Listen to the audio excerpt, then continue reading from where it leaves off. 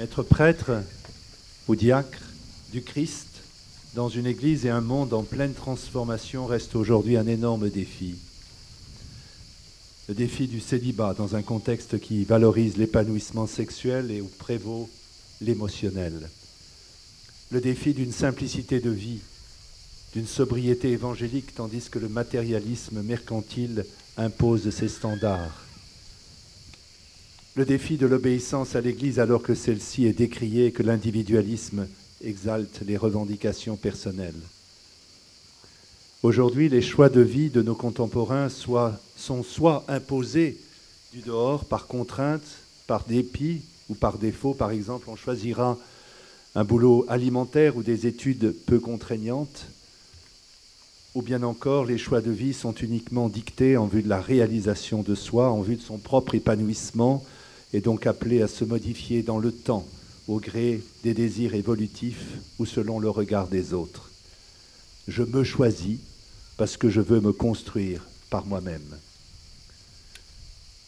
Rappelons-nous les paroles de Jésus. Ce n'est pas vous qui m'avez choisi, c'est moi qui vous ai choisi. Ou encore, toujours dans l'évangile de Jean, nul ne peut venir à moi si le Père ne l'attire. Ce n'est pas du Christ, ce n'est que du Christ que le prêtre ou le diacre reçoit sa véritable identité. Cette identité ne procède pas d'idées ou d'attentes que l'on projette sur soi-même ou sur son ministère. Son choix de vie s'enracine dans l'appel que le Christ adresse à ceux qui vont répondre à son appel, mais dont il est à l'origine.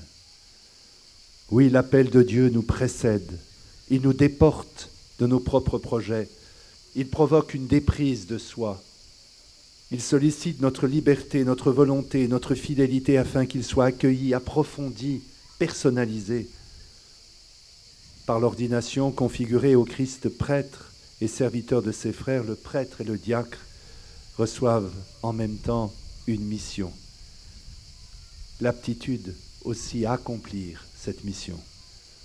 Dieu promet aux prêtres et aux diacres qu'il sera toujours avec eux et que malgré leur pauvreté et passant parfois à travers elle, il continuera, grâce à eux, son œuvre de rédemption. Le prêtre et le diacre doivent vivre du Christ afin d'amener les gens au Christ.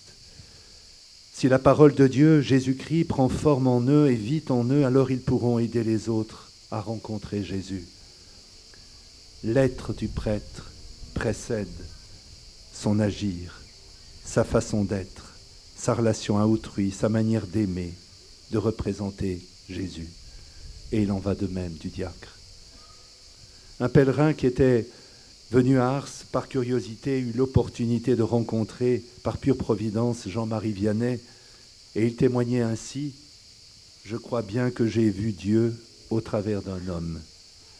Au procès de béatification du Saint-Curé d'Ars, Guillaume Villiers, son voisin, disait encore « Quand on était à côté de lui, on avait envie d'être meilleur ». J'ai eu moi-même cette impression en côtoyant à plusieurs reprises Saint Jean-Paul II. De sa personne se dégageait une sorte d'évidence de la foi, un rocher solide, une paternité pleinement assumée.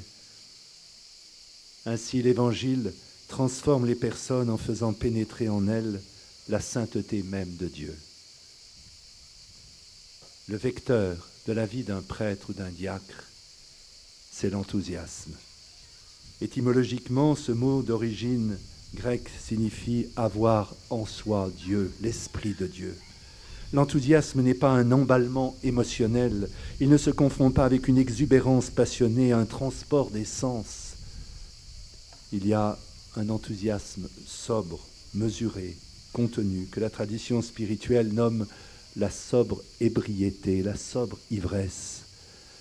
Et dans la liturgie eucharistique, les Gloria, les Hosanna, les Alléluia expriment cette jubilation de la communauté qui se constitue à partir de la célébration de la Pâque du Christ.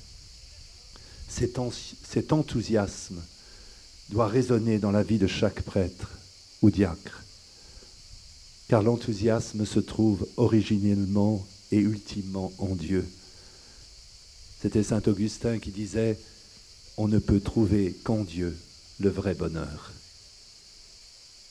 L'enthousiasme du prêtre ou du diacre consiste à se recevoir de Dieu, de se savoir choisi et béni par le Seigneur.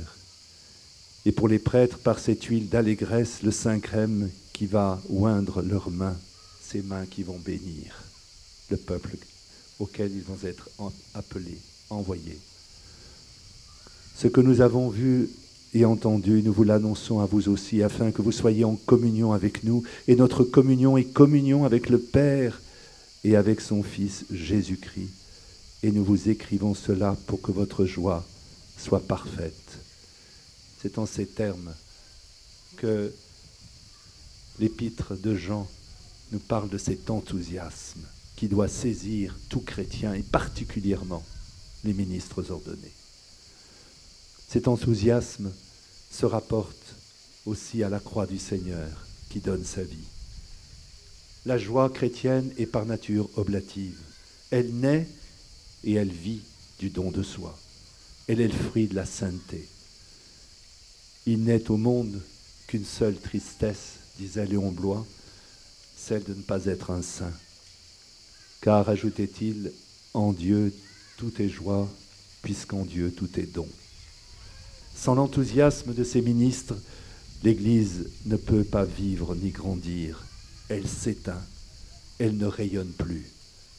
Réjouissez-vous dans le Seigneur en tout temps. Je le répète, réjouissez-vous, le Seigneur est proche, chante l'apôtre des gentils dans la lettre aux Philippiens. L'enthousiasme pour Dieu et pour la mission se reçoit de Dieu, mais elle a besoin en quelque sorte d'une corde humaine sur laquelle la joie de l'Esprit Saint peut vibrer. L'artiste divin sème l'enthousiasme, mais il a besoin des cordes que nous sommes pour produire des sons. Il a besoin de communautés vivantes et fraternelles pour porter l'écho de la joie qui vient du ciel. Cette hilaris mentis, comme le disent les anciens, cette gaieté du cœur se développe pour chaque prêtre ou diacre en répondant à l'appel du Seigneur à partir d'une absolue confiance en la grâce de Dieu qu'il reçoit. Dieu ne vous fera jamais défaut. Dieu est avec nous, Dieu est en nous, au-delà de nos tristesses, de nos morosités, plus profondément que nos déceptions pastorales ou que nos épreuves personnelles. Cet enthousiasme qui est un don de l'Esprit Saint rejaillit à chaque messe. Il est de nature pascale, c'est la joie du salut, de l'amour plus fort que la mort, de la communion avec tous les saints du ciel autour de l'agneau vainqueur. Face aux perturbations atmosphériques qui ennuagent l'Église, face aux secousses médiatiques liées aux abandons ou aux abus de certains clercs, il faut revenir sans cesse et sans cesse à la raison d'être du prêtre et du diacre, à la beauté d'une vocation qui se trouve au cœur de la vie de l'Église et qui se comprend à partir d'elle, bref, à cette jubilation d'être prêtre ou diacre. Chers frères, diacres et prêtres, la joie de ce jour d'ordination sera victorieuse des tentations que vous rencontrerez en chemin, pour peu que vous soyez fidèles à l'entretenir, à l'approfondir, à l'enraciner dans l'amour de l'Église et à en rayonner par votre charité pastorale. Cette allégresse d'avoir été appelé, d'appartenir au Seigneur, de lui être configuré, d'être humblement l'instrument de sa rédemption, cette joie de vous donner vous-même à vos frères et sœurs en leur donnant le Christ. Cette joie-là, le monde ne pourra pas vous la ravir.